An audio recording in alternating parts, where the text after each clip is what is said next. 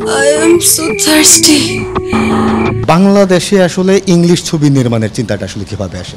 আমাদের বাংলাদেশের দিনে দিনে চলচ্চিত্রের দর্শক কিন্তু কমে আসছে এবং সেই সাথে প্রেক্ষাগৃহেরও সংখ্যা কমে আসছে। তো সেই থেকে আমাদের চলচ্চিত্রগুলি যেমন আগের মতো ব্যবসা সফল হয় না। তবে সেই চিন্তার মানে সেই ধারা থেকে আমরা বেরিয়ে আসার জন্য আমরা আন্তর্জাতিক বাজার লক্ষ্য করে আমরা ইংরেজি ছবিটি বাংলাদেশে নির্মাণ করেছি।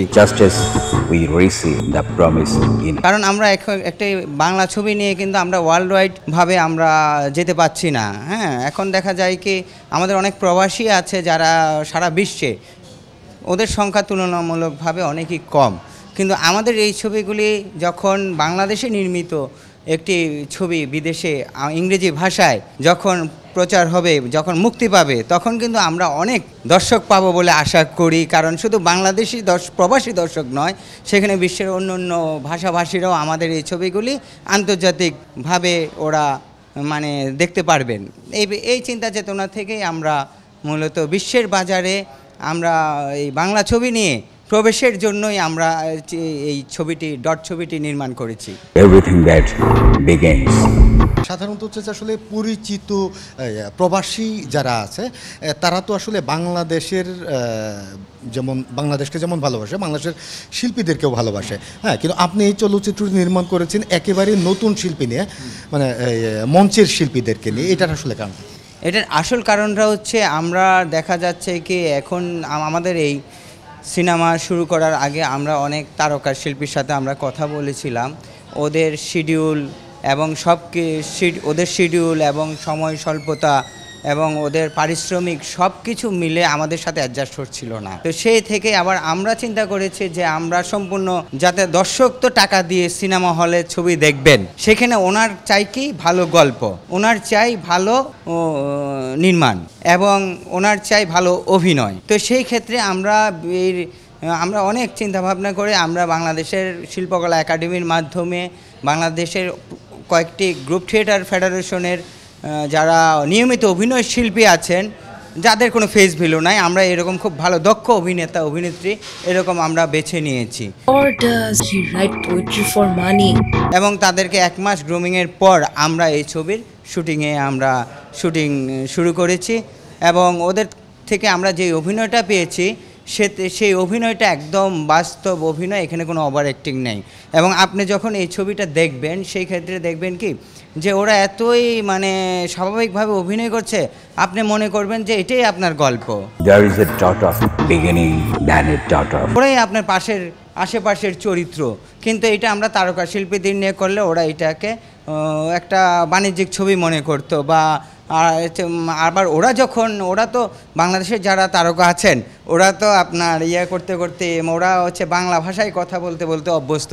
সেই ক্ষেত্রে আমি বাংলা দর্শক হিসেবে যখন ধরেন এই ছবিটা বাংলাদেশে যেহেতু রিলিজ হচ্ছে, বাংলা দর্শক হিসেবে যখন দেখা যেতাম তখন ওরা মনে করবে যে এটা একটি সত্যিকার একটি ডাবিং ছবি, কিন্তু আসল মূলধারার ইংরেজি ছবি হিসাবে ওদের মন মানসিকতাটা ওইভাবে সেট আপ করতে পারবে না। কারণ ওদের দেখা যাবে কি ওরা ঠিকমতো কথা বলতে পারে, ওরা ঠিকই মুখ লড়াচ্ছে কিন্তু ওদের ডায়লগরা অন্যজনের দিচ্ছে, এটা দর্শকের কাছে সরাসরি ধরা পড়বে এবং এটা আমাদের ছবির একটা গুণগত দিককে এটা ফল্ট করবে। তো সেই জন্য আমি সম্পূর্ণ নতুন বলবো না, যেহেতু ওরা গ্রুপ থিয়েটারে অনেক পুরনো, আমি একদম গ্রুপ থিয়েটারের প্রফেশনাল শিল্পীদের নিয়ে এই ছবিটি নির্মাণ করেছি এবং এই ছবিতে ওরা শতভাগ আমি যা চেয়েছি এর চেয়েও ভালো ওরা ডেলিভারি দিতে পেরেছে। এটাই আমার সার্থকতা এই নতুনদেরকে নিয়ে, এবং নতুনদেরকে নিয়ে আমি এই ছবিটি নির্মাণ করে আমি অনেক হ্যাপি। কেন বাংলাদেশের প্রেক্ষাগৃহে দেখা যায় কি দর্শক একটি বাংলাদেশে নতুন ধারার একটি ইংলিশ চলচ্চিত্র নির্মাণ করেছি এবং বাংলাদেশের সব নতুন শিল্পীদের নিয়ে একটি ছবি নির্মাণ করেছি। হ্যাঁ, এবং নির্মাণের ক্ষেত্রে অভিনয়ের ক্ষেত্রে কেউ কোনো ভুল ধরতে পারবে বলে আমার মনে হয় না। এই কারণে যেমন দর্শকদেরও আমি আগ্রহ পেয়েছি সেই সাথে, এবং সিনেপ্লেক্সগুলিরও প্রচুর আগ্রহ, আমাদের যমুনা ব্লকবাস্টার থেকে শুরু করে এবং দেশের বেশ কয়েকটি স্বনামধন্য সিনেপ্লেক্সগুলিতে এই ছবিটি এই 5 তারিখ রিলিজ পাচ্ছে। ছবিটি 5 তারিখ স্বনামধন্য রিলিজ পাচ্ছে এবং সিঙ্গেল স্ক্রিনও আমাদের আগ্রহ দেখাচ্ছে এই ছবিটি প্রচারের ব্যাপারে। এটা আমাদের জন্য একটি অনেক বড় পাওয়া। তারপরে আমরা কিন্তু সিঙ্গেল স্ক্রিনগুলি দেওয়ার ক্ষেত্রে আমরা একটু যাচাই বাছাই করে নিচ্ছি। বাংলাদেশের অনেক সিনেমা হলের সাউন্ডের অবস্থা ভালো না এবং স্ক্রিনের অবস্থা ভালো না, সেই সব সিনেমা হলে আমরা এই ছবিটি দিচ্ছি না। কেন দেখা যায় কি দর্শক তখন ছবিটি দেখতে গিয়ে হয়তো বা আমাদের 100% যেটি ছবিতে যেরকম আউটপুট দিচ্ছে সেই আউটপুটটা পাবে না। তাই আমরা অনেক হল কিন্তু এর ভিতরে আমরা অনেক হল আমরা রিফিউজ করেছি। হ্যাঁ, Similarly, there is another ad. ওদিকে যখন ব্রিটিশরা যখন বাংলা বলে, হ্যাঁ, তখন একটা হাস্যকর একটা বিষয় দাঁড়ায় আমাদের বাঙালিদের কাছে, হ্যাঁ, বা ওদের উচ্চারণটা সঠিকভাবে হয় না। হ্যাঁ, তো আপনি যখন আসলে বাঙালিদেরকে দিয়ে ইংলিশ ছবি নির্মাণ করলেন, ওদের মুখ দিয়ে ইংলিশ কথা বের করলেন, হ্যাঁ, এটা আসলে ওদের কাছে আবার হাস্যরসের বিষয় হবে না? না, এই ক্ষেত্রে আমি 100% নিশ্চিত এটা হাস্যকরের বিষয় হবে না। এর আগেও আমি একটি নাম বলবো না, এর আগেও বাংলাদেশে একটি ইংরেজি ছবি ডাবিং ছবি ওরা আগে প্রথমে বাংলাতে সেন্সর নিয়েছে, পরে ইংরেজি ভাষায় ওরা ডাবিং করে সেন্সর ছাড়পত্র নিয়েছে ভিন্ন নামে। এ ধরনের একটি চলচ্চিত্র দেখি নিজেই আমি মানে এটা নিজেই একটি ইংলিশ ছবি দেখছি হিসেবে নিজেই দর্শক হিসেবে আমি বিব্রত বোধ করছিলাম। In this world, just for you. সেই থেকে আমি এই জায়গাটাতে 100% আমি সচেতন ছিলাম এবং আমার এই ছবিতে পুরা মানে যারা অভিনয় শিল্পীরা ডাবিং করেছে ওরা শতভাগ ওই অভিনয়ের ওই যেই এক্সপ্রেশন সেটার সাথে কথার যে অভিব্যক্তি এই দুইটাকে সমন্বয় করতে পেরেছে। When did you come here? সেখানে দর্শক অন্তত এটা হাস্যকর হিসেবে নিবে বলে আমি মনে করছি না। তারপর বাকিটা দর্শকদের রুচির উপরে, তবে আমরা সেই ক্ষেত্রে অনেকটা সচেতন ছিলাম। Devil must die.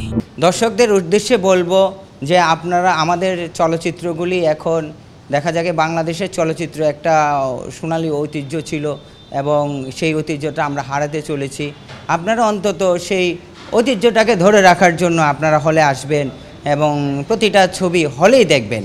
হ্যাঁ, পরবর্তীতে দেখা যায় কি আপনারা হলেই ছবি দেখার জন্য আমি সবাইকে আহ্বান জানাচ্ছি। আমাদের এই চলচ্চিত্রটিকে আপনারা দেখার আহ্বান জানাচ্ছি সেই সাথে, এবং মূলত প্রেক্ষাগৃহে ছবি তো প্রেক্ষাগৃহের জন্য নির্মিত হয়, তো আপনারা প্রেক্ষাগৃহে এসে ছবি ঐতিহ্যটা অন্তত ধরে রাখার জন্য প্রেক্ষাগৃহে এসে ছবি দেখবেন, এটাই আমার দর্শকদের প্রতি প্রত্যাশা।